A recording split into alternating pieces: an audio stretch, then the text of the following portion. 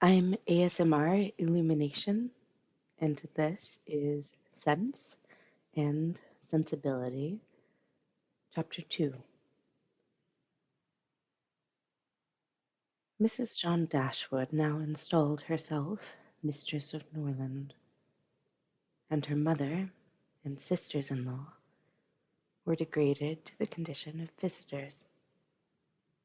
As such, however, they were treated by her with quiet civility, and by her husband with as much kindness as he could feel towards anybody beyond himself, his wife, and their child. He really pressed them with some earnestness to consider Norland as their home, and as no plan appeared so eligible to Mrs. Dashwood as remaining there till she could accommodate herself with a house in the neighbourhood, his invitation was accepted. A continuance in a place where everything reminded her of former delight was exactly what suited her mind. In seasons of cheerfulness no temper could be more cheerful than hers, or possess in a greater degree that sanguine expectation of happiness, which is happiness itself. But in sorrow she must be equally carried along by her fancy, and as far beyond consolation as in pleasure she was beyond alloy. Mrs. John Dashwood did not at all approve of what her husband intended to do for his sisters. To take £3,000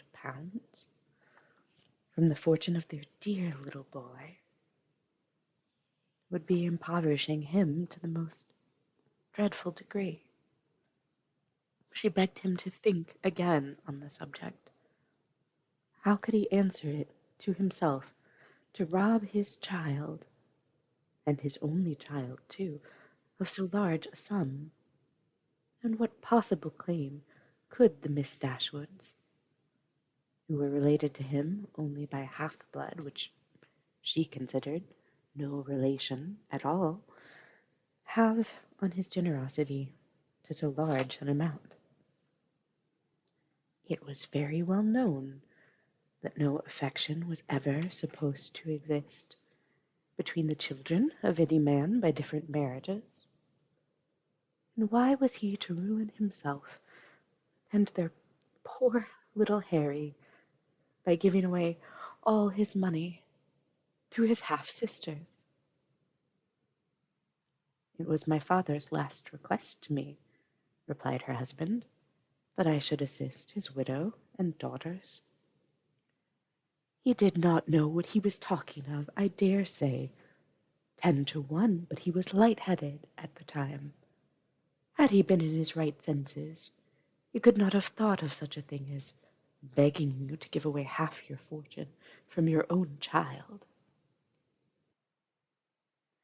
He did not stipulate for any particular sum, my dear Fanny. He only requested me in general terms to assist them and to make their situation more comfortable than it was in his power to do. Perhaps it would have been as well if he had left it wholly to myself. He could hardly suppose I would neglect them. But as he required the promise, I could not do less than give it. At least, I thought so at the time. The promise, therefore, was given, and must be performed. Something must be done for them, whenever they leave Norland and settle in a new home.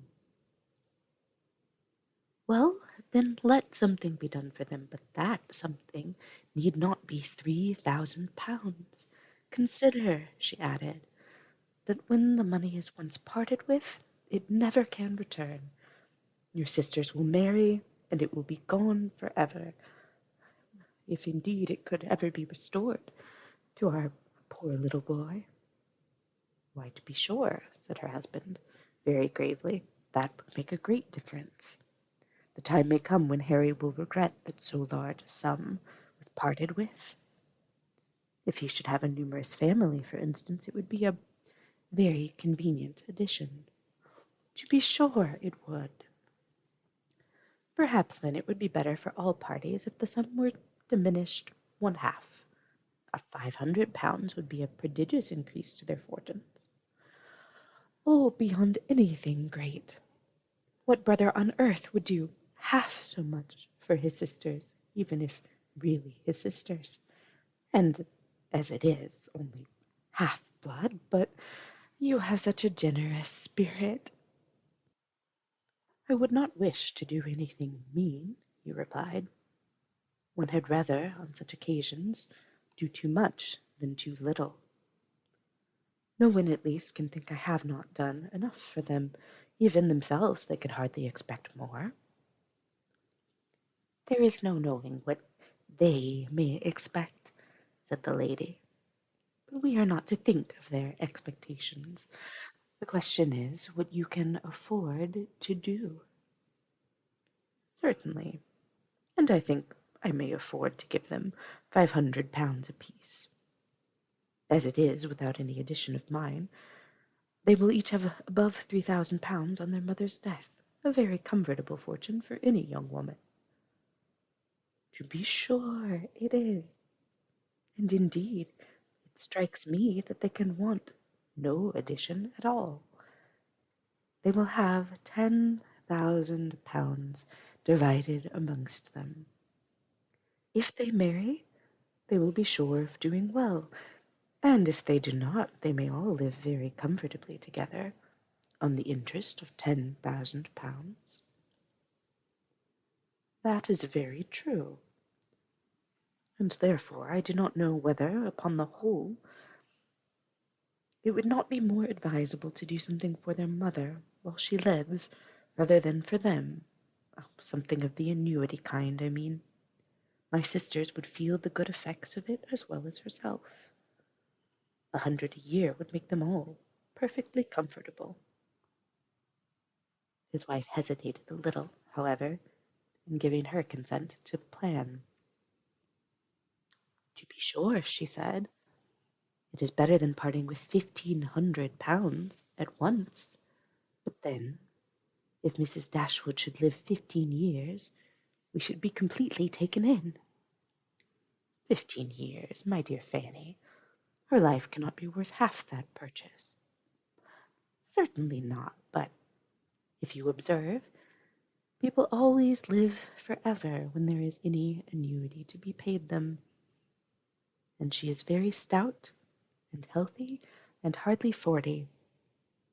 An annuity is a very serious business.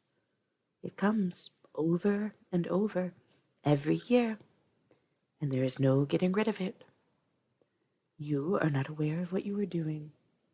I have known a great deal of the trouble of annuities, for my mother was clogged with the payment of 3 to old superannuated servants by my father's will, and it is amazing how disagreeable she found it.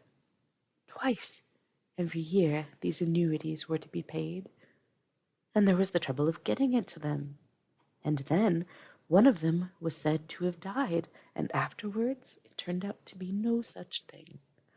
My mother was quite sick of it.